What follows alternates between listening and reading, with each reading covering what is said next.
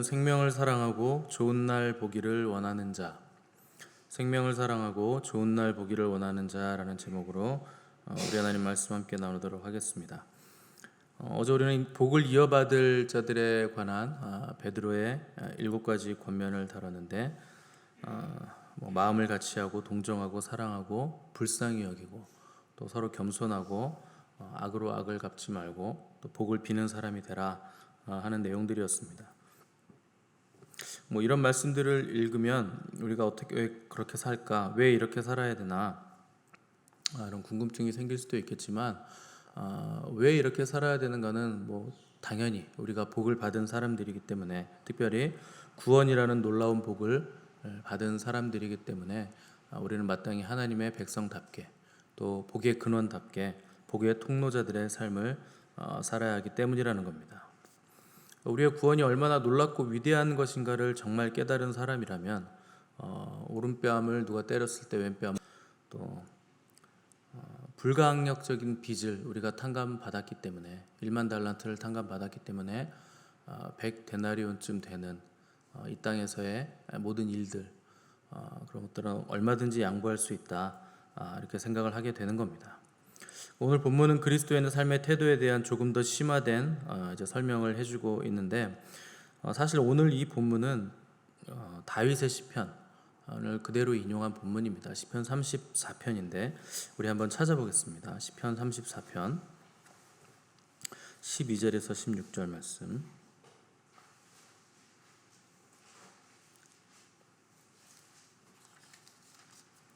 구약성경 824면입니다.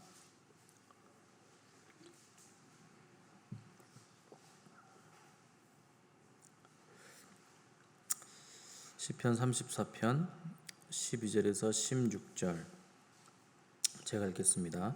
생명을 사모하고 연수를 사랑하여 복받기를 원하는 사람이 누구뇨? 내 혀를 악에서 금하며 내 입술을 거짓말에서 금할지어다. 악을 버리고 선을 행하며 화평을 찾아 따를지어다. 여호와의 눈은 의인을 향하시고 그의 귀는 그들의 부르짖음에 기울이시는도다. 여호와의 얼굴은 악을 행하는 자를 향하사 그들의 자취를 땅에서 끊으려 하시는도다. 베드로가 오늘 말한 내용과 거의 흡사한 것을 우리가 이제 알 수가 있습니다. 근데 이 시편은 놀랍게도 다윗이 아비멜렉 앞에서 미친 체하다가 쫓겨나서 지은 시다, 이런 배경을 가지고 있는 시입니다. 이 34편 앞에 표제를 보시면 다윗이 아비멜렉 앞에서 미친 체하다가 쫓겨나서 지은 시라 이렇게 표제가 붙어 있죠.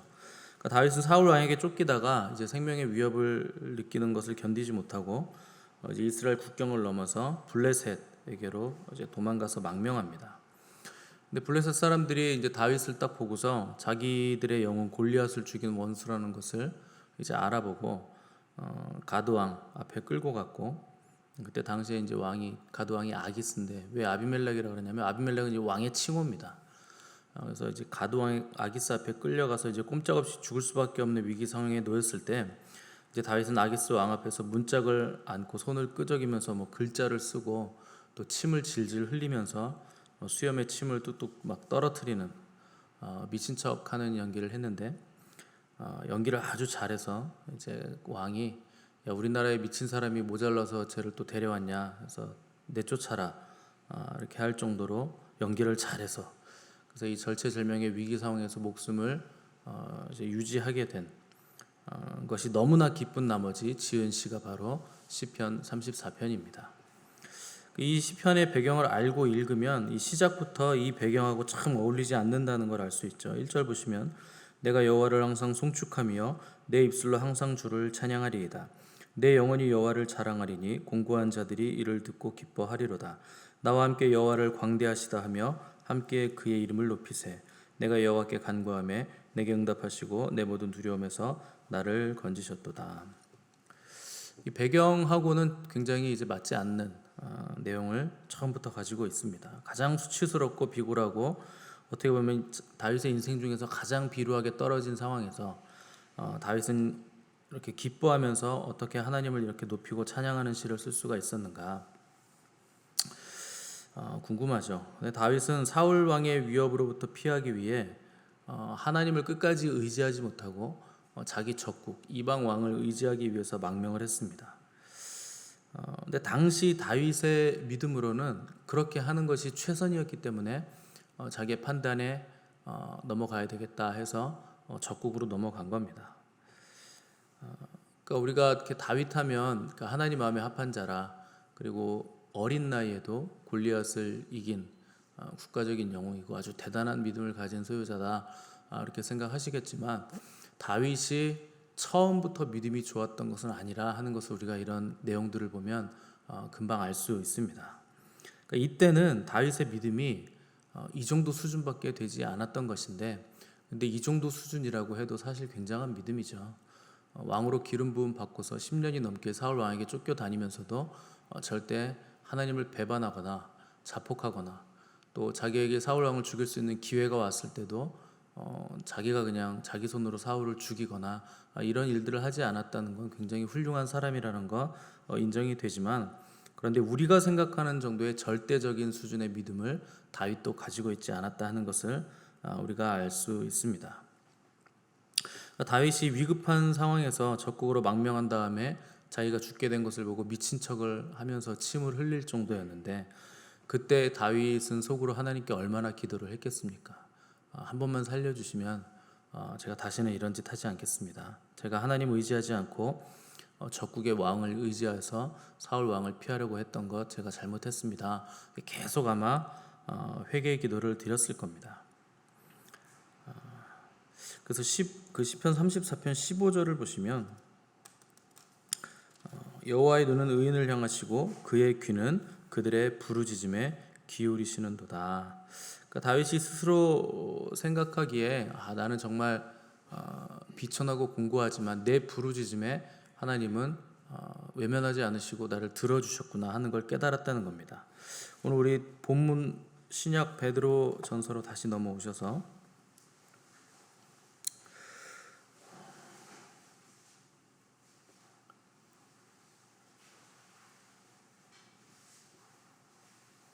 12절을 보시면, 3장 12절 보시면, 주의 눈은 의인을 향하시고 그의 귀는 의인의 간구에 기울이시되 주의 얼굴은 악행하는 자들을 대하시느니라.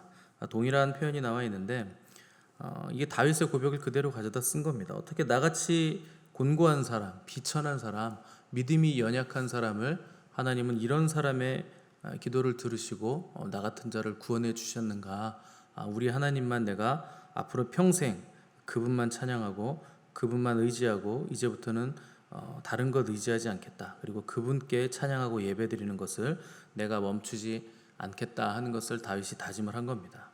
이때 다윗은 하나님은 곤고한 자의 하나님이시다. 아무리 비천하고 아무리 비루한 삶을 살지라도 의인의 기도는 하나님이 절대 멸시하지 않으신다 하는 것을 체험을 한 겁니다. 생명을 사랑하고 좋은 날 보기를 원하는 자라는 전제가 10절에 붙어 있고, 이것은 다윗도 생명을 사랑하고 좋은 날 보기를 원하는 자라는 전제를 붙였습니다. 과연 누가 이런 사람들인가? 결론적으로 말씀드리면 저와 여러분들이 바로 이런 사람들입니다. 우리는 생명을 사랑하고 좋은 날 보기를 간절히 원하는 자들입니다. 당연히 좋은 날이란 궁극적인 구원의 날, 우리가 이 땅에서 살아가는 날도 구원의 날이겠지만 우리가 주님의 얼굴을 얼굴과 얼굴을 맞대어 보게 될 그 날을 간절히 원하는 자들이 바로 저와 여러분들입니다. 그래서 우리의 삶은 오늘보다 내일 더 나아질 것이고, 또 앞으로 시간이 갈수록 더 좋은 날을 우리가 보게 될 것이라는 겁니다. 왜냐하면 우리는 하나님을 믿는 자들이고 반드시 하나님은 계신 분이시기 때문에 악인들이 형통해도 의인들이 고난을 받아도 시간이 지나면 결국 우리에게는 모든 날들이 좋은 날이 될 것이라 하는 것을 고백을 하고 있는 겁니다. 사람들은 되게 당장 눈앞에 있는 것들만 보면서 이제 아둥바둥 살고 있는데, 그것은 우리가 시간 안에 갇혀 있고 시간 속에서 살기 때문이지만 하나님은 영원에 계신 분이십니다. 우리가 보지 못하는 것 보시는 분이시고, 우리가 알지 못하는 것을 지금도 하나님의 그 능하신 지혜로 행하시고 계신 분이십니다. 그래서 성경에 보면 위의 것을 찾으라 하는 뭐 이런 표현들이 나오는데, 위의 것을 본다는 것은 거기에 누가 계신가 하는 것을 깨달으라는 표현입니다. 그래서 위의 것을 찾으라, 거기에는 보좌에 우리 구주 예수 그리스도께서 앉아 계시느니라, 이런 표현을 쓰는 이유는 영원을 사모하라, 영원을 바라보라, 시간 안에서 이 땅에서 일어나는 일들에 대해서 단편적으로 생각하지 말고 영원한 그분을 바라보라 하는 겁니다. 그분을 바라보면 하나님이 우리에게 주신 삶의 이유가 뭔가, 이 삶의 의미가 뭔가를 우리가 깊이 생각을 해야 되는 겁니다. 근본적으로 우리가 받아 누리고 있는 삶은 하나님께서 우리에게 선물해 주신 거거든요. 특별히 인간을 지으실 때 하나님은 그의 생기를 불어 넣어 주심으로 사람만은 다른 그 피조물들과는 완전히 구분이 되게 하셨습니다. 사람만 흙으로 지어진 게 아니라 먼저 동물들도 하나님이 흙으로 만드셨거든요. 그래서 흙으로 다 지으시고 사람에게만 생기를 불어 넣으신 겁니다.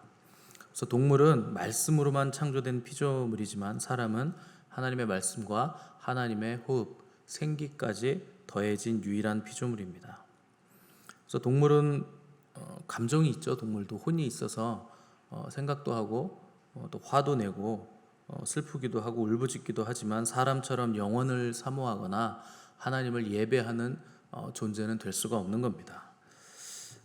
당연하죠. 그분의 생기와 그분의 영이 없기 때문에 그분을 인지하지 못하고 그분을 예배할 수 없는 겁니다. 그러나 사람만은 하나님의 생명을 가졌고 또 성령님께서 친히 우리 안에 들어와 계시는 놀라운 존재들이기 때문에 우리의 생명이 얼마나 귀중한 것인가, 하나님께서 주신 이 선물이 얼마나 귀중한 선물인가 하는 것을 우리가 정말 알고 믿는다면 베드로는 너희 입술의 악한 말과 거짓을 버려야 된다 하는 것을 말씀하고 있는 겁니다. 하나님이 계시고 그분이 우리와 함께 하시고 그분이 우리에게 계획하신 것이 있기 때문에 그 계획을 이루어가는 자들은, 또 하나님을 믿는 자들은 하나님과 담을 쌓는 거짓과 악을 버리는 삶을 살 수밖에 없다는 겁니다. 근데 입술의 악한 말과 거짓을 늘상 반복했던 사람들은 대표적으로 광야 이스라엘 백성들이죠. 늘 원망하고 불평하면서 하나님께 범죄했는데 그때 하나님은 불로 사르기도 하시고 때로 역병을 보내기도 하시고 또 불뱀을 보내셔서 다 물리게도 하셨습니다. 왜 그렇게 하나님이 잔인해 보일 정도의 징계를 하셨는가? 그 징계를 통해서 하나님께서 돌이키게 하시기 위해서 하나님은 징계를 하신 겁니다. 만약 하나님께서 징계도 하지 않으시고 그냥 그래 그럼 너희들 멋대로 한번 살아봐라 이렇게 내버려 두시기로 작정하시면 우리 중에 망하지 않을 사람은 아무도 없을 겁니다. 그래서 징계도 은혜이고 하나님께서 때리는 그 매도 은혜입니다. 우리의 삶은 지금까지도 은혜였지만 지금 이 순간도 은혜이고 앞으로도 은혜 아니면 살아갈 수 없는 존재들이기 때문에 우리는 끊임없이 하나님의 간섭을 받는 삶을 살아야만 하는 겁니다. 생각해보면 우리가 무슨 능력이 있어서 그동안 신앙생활 해왔고 버텨왔던 것이 아니라 하나님께서 보호해 주셨기 때문에 우리가 지금까지 신앙생활을 해온 겁니다. 만약에 우리에게 무슨 가능성이 조금이라도 있었다면 하나님이 예수 그리스도를 뭐하러 보내셨겠습니까? 불가능하니까, 방법이 없으니까 우리 주님을 보내신 겁니다. 그런 하나님에 대해서 우리가 원망하고 불평함으로 하나님을 우리가 버린다면 하나님의 동행하심과 보호하심이 필요 없다, 이제 걷어가시라 이렇게 요구하는 것과 같은 겁니다. 그러므로 신자의 싸움은 어디에 있는가? 삶의 모든 영역에서 우리가 하나님을 인정하는가, 그분의 간섭하심을 우리가 기뻐하는가 하는 싸움입니다. 단순히 우리 안에서 일어나는 무슨 지엽적인 일들, 악한 생각들을 참거나 싸우는 문제가 아니고 근본적으로 내 삶이 하나님의 손에 붙들린 바 되는 삶인가 아닌가 하는 것에 싸움을 해야 된다는 겁니다. 근데 우리는 늘상 싸움을 지엽적인 문제로 싸워요. 이걸 할까 말까, 저걸 할까 말까, 죄를 지을까 말까, 예배를 드릴까 말까, 이렇게 고민을 하는 겁니다. 근데 여러분, 할까 말까의 이 프레임에 갇히면 절대 이길 수 없습니다. 몇 번 이길 수 있을까? 한 3번 정도는 참고 이길 수 있겠죠. 근데 결국에 매번은 이길 수 없기 때문에 반드시 패배를 하게 돼 있습니다. 결국 어느 순간에 무너집니다. 사람은 10번 잘하다가도 한 번 무너지면 이제 비관하잖아요. 뭐 내까짓 게 뭘 할 수 있느냐, 자기 비하하고 스스로 비난하게 되는 늪에 빠지게 되게 돼 있습니다. 그런데 넘어지더라도 잠깐 실수하더라도 하나님이 나를 붙드시고 나의 삶을 간섭하시고 다시 나를 이끌어 주시는 분이심을 인지하고 내 인생에 어떤 의미가 있는지, 하나님께서 지금도 어떻게 나에게 섭리하고 계신지를 깨닫고 있는 사람은 한 번의 실패가, 그 넘어짐이 그렇게 큰 영향을 주지 못하는 겁니다. 그래서 다시 일어설 수 있고 이 실패를 전화위복의 기회로 삼을 수가 있게 되는 겁니다. 그러니까 우리는 환난을 당장 눈앞에 일어나는 일이라고 착각합니다. 한번 넘어지면 나에게 시험이 오고 환난이 왔다. 뭐 재정적인 문제가 오면 환난이 왔다.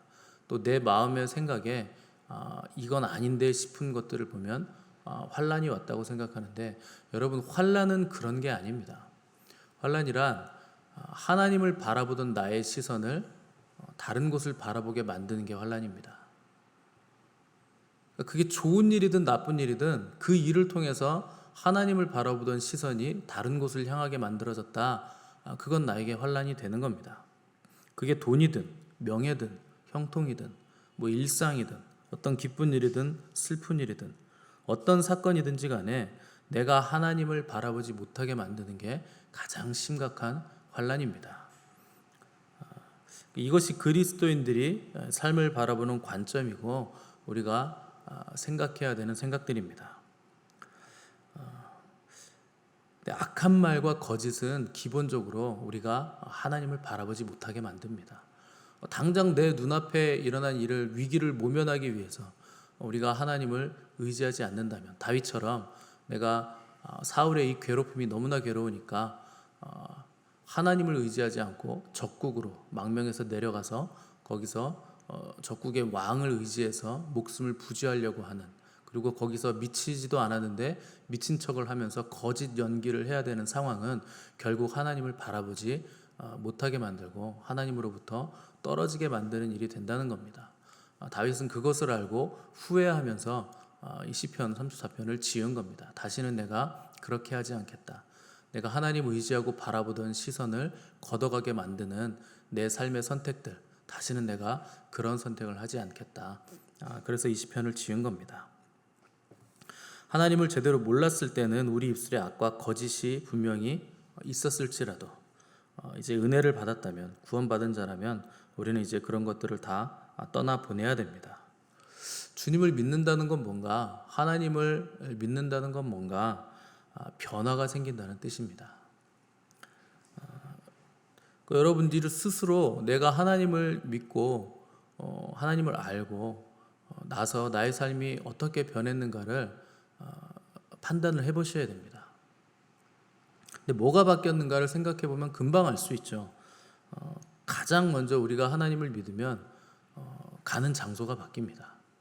주일에 놀러 다니던 골프장도 다니고 등산도 다니고 자연 찾아서 여행도 다니던 그 장소가 예배당으로 우리의 발걸음이 바뀌어지게 되는 겁니다. 이게 아주 기본적인 변화죠. 다음으로 내가 만나는 사람들이 바뀌었다는 거 여러분은 아실 겁니다. 또 나의 시간들의 사용처가 어떻게 바뀌는가 하는 것도 여러분도 금방 알 수 있을 겁니다. 그러고 나면 이제 뭐가 바뀌는가? 이제 언어가 바뀌게 되는 겁니다. 거짓을 말하던 자가 이제 진실만을 말하게 되고 거룩한 말을 하게 된다는 겁니다. 이것을 오늘 베드로는 생명을 사랑하고 좋은 날 보기를 원하는 자들이라 이렇게 표현을 한 겁니다. 우리 주님은 이 땅에 계실 때 일평생 하나님 믿어왔던 바리새인들이나 서기관, 그 종교인들은 한 번도 칭찬을 하신 적이 없으시지만 믿은 지 얼마 안 되는 이방인들, 그리고 보잘것없는 사람들, 또 이방 여인들을 향해서는 내가 이스라엘 안에서도 이만한 믿음을 가진 사람 본 적이 없다, 이렇게 칭찬하시는 것을 우리가 종종 볼 수 있습니다. 왜 칭찬하시는가? 이만한 믿음이라는 건 어떤 양적인 개념이거나 시간 오래 믿은 개념이 아니라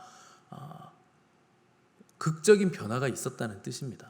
그 삶의 변화가 있는 사람들, 믿은 지 얼마 안 됐는데 삶의 극적인 변화가 있었기 때문에 주님이 그 방향이 완전히 바뀐 것에 대해서 칭찬을 하신 겁니다. 그래서 당연히 우리도 믿은 지 오래됐기 때문에 어제보다 오늘 더 주님 사랑해야 되고 오늘보다 내일 더 주님을 사랑해야 되는 겁니다. 그래서 작년과 올해가 다르셔야 되고 올해가 또 내년에 올해보다 내년이 또 달라져야 되는 것이 마땅한 겁니다. 믿지 않는 사람들이 우리를 보고 야 정말 하나님의 사람이다 이렇게 감탄하는 때가 언제일까요? 자기들은 주일에 놀러 다니는데 우리가 주일에 교회 가서 예배드리고 봉사하고 헌금할 때 이런 거 보고 감탄할까요? 감격할까요? 아니면 새벽기도하고 철야기도 금식하면서 기도할 때 그럴까요? 그런 것에 감격하지 않습니다. 그건 다른 종교에서도 다 하는 거잖아요. 우리의 삶을 보고 감동을 해야 되는 겁니다. 저 사람은 하나님의 사람이구나, 그리스도인이구나, 이렇게 감동을 해야 되는 겁니다. 삶 속에서 우리가 화평의 삶을 살아낼 때, 우리가 화평케 하는 자로 또 그리스도의 화평을 우리 내면에 가득 채우고 화평케 하는 자로 설 때, 그때 세상이 우리에게 감동하는 것이고 하나님도 우리에게 그때 감동을 하시는 겁니다. 그래서 12절 보시면 주의 눈은 의인을 향하시고 그의 귀는 의인의 간구에 기울이시되 주의 얼굴은 악행하는 자들을 대하시느니라. 베드로는 주님의 얼굴을 3년이 넘도록 본 사람이죠. 근데 주의 얼굴을 악행하는 자들을 대하신다 하는 다윗의 이 고백을 아마 베드로는 굉장히 절감을 했을 겁니다.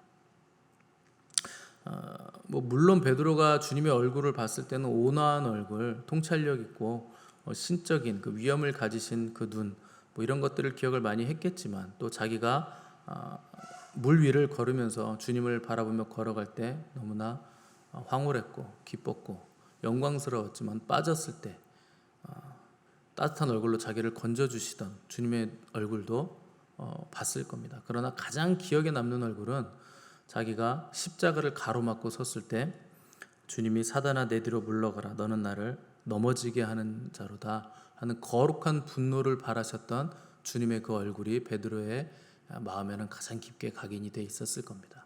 그때 베드로는 하나님을 막아서는 악한 말과 행실로 주님의 노함, 그 얼굴을 경험을 한 겁니다. 그리스도인이라도 하나님의 뜻을 거스르며 거짓을 말하며 악을 행하는 자들은 우리 주님도 반대하시고 노하십니다. 은혜 안에 있을지라도.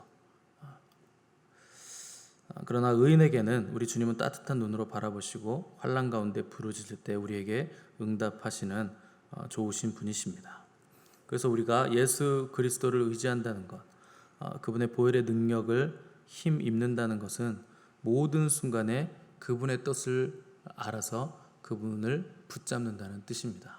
내 생각으로 이건 아닌 것 같은데요, 저건 이렇게 해야 될 것 같은데요, 이렇게 하나님의 뜻을 거스르는 것이 아니고 모든 순간 모든 일들 가운데서 그분의 뜻을 구하고 그분의 능력을 구해서 그분의 뜻을 위해 힘을 쓴다는 것이고 또 내 힘으로 그 일을 하는 것이 아니고 그분의 이름의 능력으로 모든 일을 한다는 뜻이고 또 그분의 이름으로 모든 상황을 이겨낸다는 뜻입니다. 근데 많은 크리스천들이 예수 그리스도의 이름의 권세를 사용할 줄을 모릅니다. 우리가 기도할 때 왜 예수 그리스도의 이름으로 기도를 할까요? 그 이름에 권세가 있고 능력이 있기 때문에, 그 이름으로 기도하면 하나님께서 반드시 응답을 하시기 때문에 우리가 그 이름으로 기도를 하는 겁니다. 우리가 왜 질병을 치유할 때도 예수 그리스도의 이름으로 치유를 합니까? 또 악한 영을 쫓아낼 때도 왜 예수 그리스도의 이름으로 우리가 쫓아낼까요? 그 이름의 권세와 능력이 있기 때문에 그 이름을 붙잡으면, 그 이름을 부르면 모든 상황이 정리가 되기 때문에 그렇게 하는 겁니다. 근데 사람들은 예수 그리스도 그분의 이름의 그 권세와 능력을 사용할 줄 모르는 거예요. 항상 그것을 붙들어야 되는데 그냥 장식품으로만 주머니에 넣고 다니면서 내가 필요할 때만 잠깐 꺼냈다 쓰고 또 다른 사람들이 있을 때는 그냥 주머니에 잘 넣어놨다가 한 번도 보지도 않고 드러내지도 않는 겁니다. 그러나 주님의 눈은 의인을 향하시고 주님의 귀는 의인의 간구에 귀를 기울이시는 겁니다. 늘상 우리는 주님을 향하고 있어야 되고 주님께 부르짖어야 되는 겁니다. 의인이란 죄가 없는 사람이 아니고 다윗처럼 가장 비참하고 가장 최악의 상황일지라도 주님의 이름을 부르고 그분의 도움을 구하는 사람이 의인입니다. 공고할 때만 그렇게 하는 것이 아니라 언제나 모든 삶의 자리에서 주님의 이름을 부르는 자들이 우리 주님이 의가 되시기 때문에 그분의 이름을 부르고 붙드는 자들은 주님 때문에 의가 되는 겁니다. 그래서 우리가 의인인 겁니다. 그러므로 여러분들은 모든 순간에 주님의 이름을 부르시기 바라고 그분의 이름의 능력을 붙드시기 바랍니다. 이제 명절입니다. 우리는 국가 공휴일에는 새벽 예배가 없기 때문에 이제 한동안 예배가 없을 것이고 또 명절이기 때문에 우리가 또 친지들을 만나게 될 것이고 많은 상황들이 우리 눈앞에 놓여지게 될 것입니다. 특별히 우리나라의 명절은 국가적으로 아주 조직적으로 우상 숭배를 하는 시즌이기 때문에 여러분 항상 깨어 있으셔야 되고 이 국가적인 우상 숭배에 대해서 우리가 회개를 할 수 있어야 됩니다. 왜냐하면 참된 신은 우리 하나님밖에 없기 때문에 우리가 이 우상 숭배를 애통해야 하며 회개하며 예수 이름만 붙잡는 저 여러분 되시기를 바라고 또 그러함으로 인해서 우리의 삶은 어제보다 오늘, 오늘보다 내일 더욱더 좋은 날이 될 것이기에 또 날마다 이 좋은 날을 경험하시는 은혜가 저와 여러분에게 있기를 간절히 바랍니다. 함께 기도하겠습니다.